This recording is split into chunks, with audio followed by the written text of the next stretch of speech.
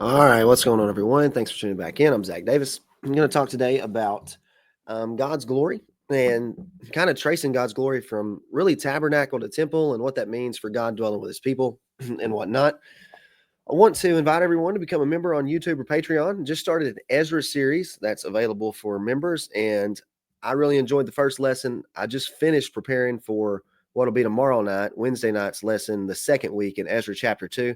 Some really good things in there I think you'll find interesting and hopefully help connect kind of the old covenant temple ideas to the new covenant and kind of how those things are fulfilled. So make sure you check that out. Thank you guys for all the support. Let's get right into it today, and we'll look at tracing God's glory from tabernacle to temple. This will be a brief video, but just wanted to say thanks to everybody, and hopefully this is a theme maybe that you've not thought about. Might be. I remember hearing Pastor David Curtis say one time that when the veil was torn, when Christ was on the cross, that they would have looked in there and not seen the Ark of the Covenant. And I thought, man, I've never thought about that in my life. And it kind of, I heard him say that probably 2 years ago, but it's really kind of something that I've been thinking about and trying to trace out. So this video is kind of the offshoot of that. Now, whenever Moses and them had finished constructing the tabernacle, watch what happens. God's glory comes and dwells. The temple tabernacle setting represents the fact that God would dwell among the people. Okay. Now, albeit at a distance in the old covenant, but God would dwell among his people, that he's living among them. Exodus 40:34. Then the cloud covered the tabernacle of meeting, and the glory of the Lord filled the tabernacle. And Moses was not able to enter the tabernacle of meeting because the cloud rested above it, and the glory of the Lord filled the tabernacle. So this is God being pleased with it and with them, that he would come and dwell among them. This is clear. This is pretty obvious.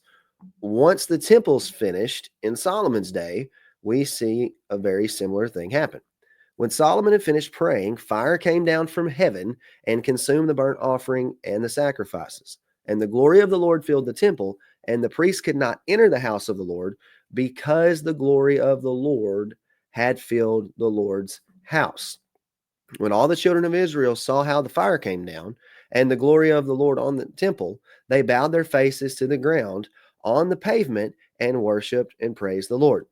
Tabernacle, God's glory fills it. Solomon's temple, God's glory fills it. Now, whenever the judgment comes from Babylon, as predicted by prophets like Jeremiah and Ezekiel and a couple others, Ezekiel 10 makes this note about God's glory in the Holy of Holies before Babylon comes in judgment. Watch this.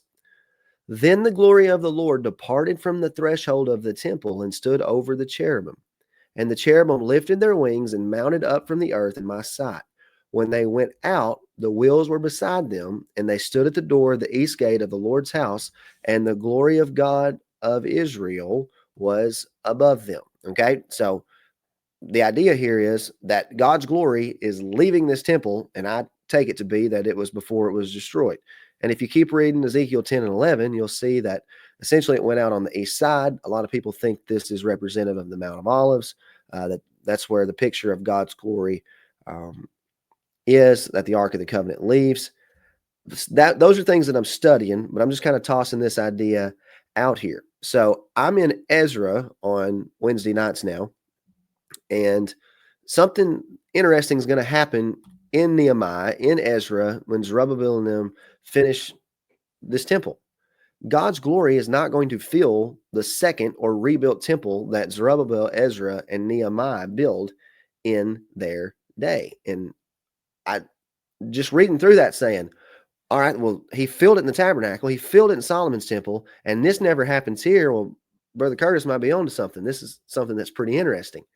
And think about, if that's true, what judgment that it would have been on those who were continuing to worship at that temple when this event happens in Acts chapter 2, just like it happened in Exodus 40 and 2 Chronicles 7. The day of Pentecost had fully come. They were all with one accord in one place, and suddenly there came a sound from heaven as of a rushing mighty wind, and it filled the whole house where they were sitting. Then there appeared to them divided tongues as of fire, and one sat upon each of them.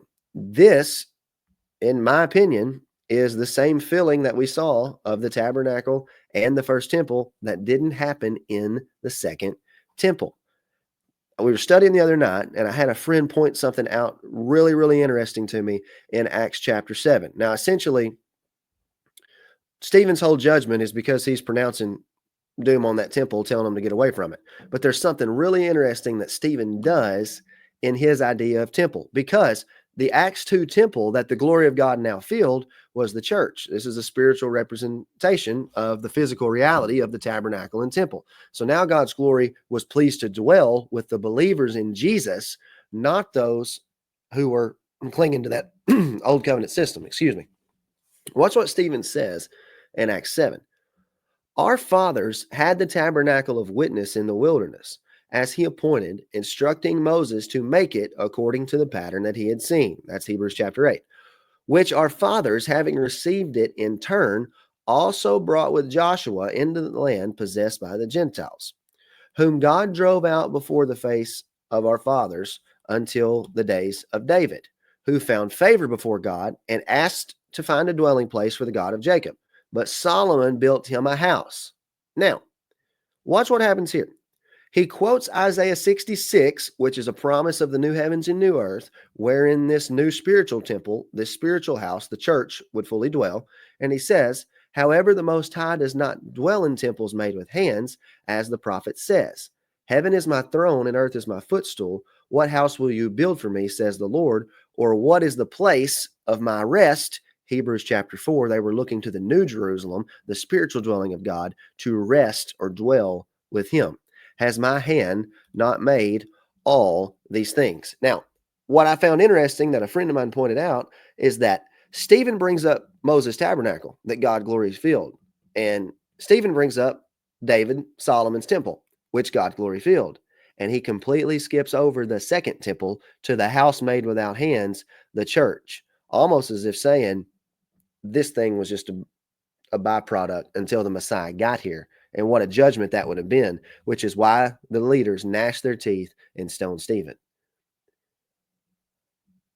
When I read the book of Daniel now, and I go back and see how Daniel was troubled all the time, I think Daniel understood that even though the post-exilic period was a great time of triumph in the fact that they got to leave out from under Babylon and the Persians, they were still under it. And I think Daniel's 70 weeks, which bring the end or destruction of that temple, was always on his mind. And I think that's why this was so bothersome to him. Yet at the same time, it was joyful to Daniel, because even though his people in his holy city, Daniel 9:24, was going to lose its covenantal status, the believers, and even he, Daniel 12:13, would inherit this spiritual heavenly city, which is in Revelation 21:3. I heard a loud voice from heaven saying, behold, the tabernacle, or the dwelling place of God, is with men. He will dwell with them, and they shall be his people. God himself will be with them and be their God.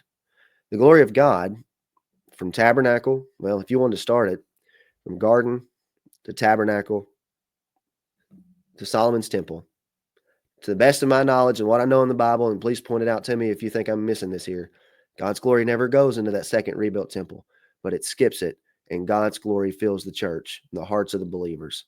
And that's the picture of God's glory, tracing it from tabernacle to the temple, not made with hands, but the temple made without hands, the church, of whom the chief cornerstone is the Lord Jesus Christ. Hope that's helpful. Pray it is. Like and subscribe down below. God bless you, and we'll see you soon.